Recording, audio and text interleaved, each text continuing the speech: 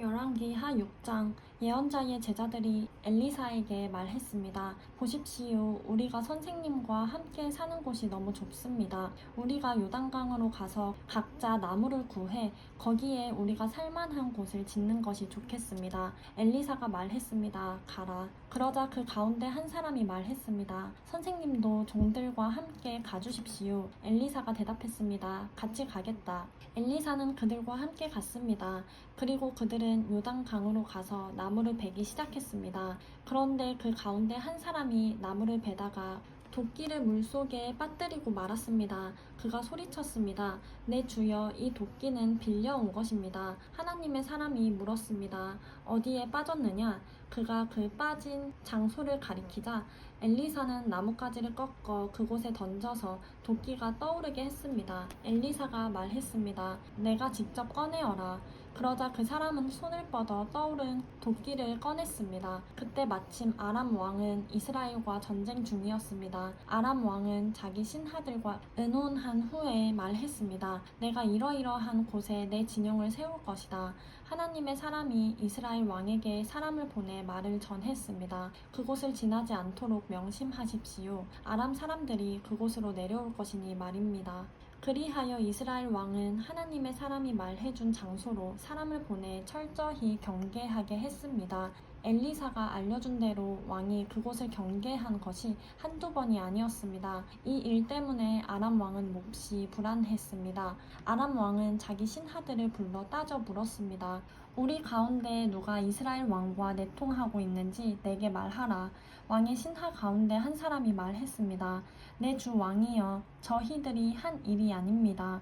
이스라엘에는 엘리사라는 예언자가 있어 왕께서 침실에서 하시는 말씀조차도 이스라엘 왕에게 전하는 줄로 압니다. 그가 명령했습니다. 가서 엘리사가 어디 있는지 알아보아라. 내가 사람을 보내 엘리사를 사로잡을 것이다. 그러자 보고가 들어왔습니다. 그가 도단에 있습니다.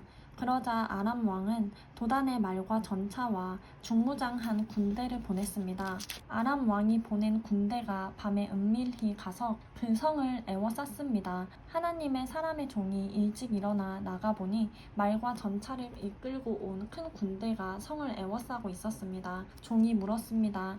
내 주여, 우리가 어떻게 해야 합니까? 예언자가 대답했습니다. 두려워하지 마라. 우리와 함께하는 사람들이 저들과 함께하는 사람들보다 많다. 그리고 엘리사가 기도했습니다.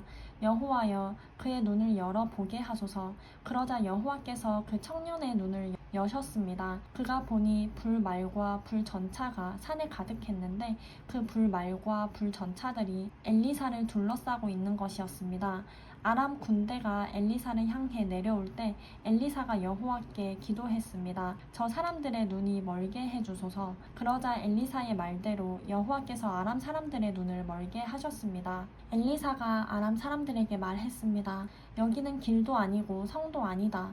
나를 따라오너라. 그러면 너희가 찾는 사람에게 데려다 주겠다. 그러고는 그들을 사마리아로 데려갔습니다. 아람 군대가 사마리아에 이르자 엘리사가 말했습니다. 여호와여, 이 사람들의 눈을 열어 보게 하소서. 그러자 여호와께서 그들의 눈을 여셨고 그리하여 그들이 보니 자기들이 사마리아에 있는 것이었습니다. 이스라엘 왕이 아람 군대를 보고 엘리사에게 물었습니다. 내 아버지여, 내가 저들을 죽일까요? 엘리사가 대답했습니다. 저들을 죽이지 마십시오. 칼과 활로 사로잡은 사람들이라고 한들 죽일 수 있겠습니까? 저들 앞에 먹을 것과 물을 주어 먹고 마시게 한 뒤 제 주인에게 돌아가게 하십시오. 그리하여 이스라엘 왕은 아람 사람들을 위해 큰 잔치를 베풀어 그들을 먹고 마시게 한 후 보냈습니다. 아람 군대는 자기 주인에게로 돌아갔습니다. 이렇게 해서 아람 군대는 이스라엘 영토에 다시는 쳐들어오지 못하게 됐습니다. 얼마 후 아람 왕 벤하닷이 모든 군대를 소집하고 올라와 사마리아를 포위했습니다. 그래서 사마리아 성은 굶주림이 심했습니다. 포위는 오랫동안 계속돼 나귀 머리 하나는 은 80세겔에 팔리고 비둘기똥 4분의 1값은 은 5세겔에 팔릴 지경이 됐습니다. 이스라엘 왕이 성벽 위를 지나가고 있었는데 한 여자가 왕에게 부르짖어 애원했습니다. 내 주 왕이여, 저를 도와주십시오. 왕이 대답했습니다. 여호와께서 도와주지 않는데 내가 어떻게 너를 도울 수 있겠느냐? 타작 마당에서 얻겠느냐? 포도주 틀에서 얻겠느냐? 그러고는 여자에게 물었습니다. 그래, 무슨 일이냐? 그녀가 대답했습니다. 이 여자가 제게 말하기를 내 아들을 오늘 내놓아라.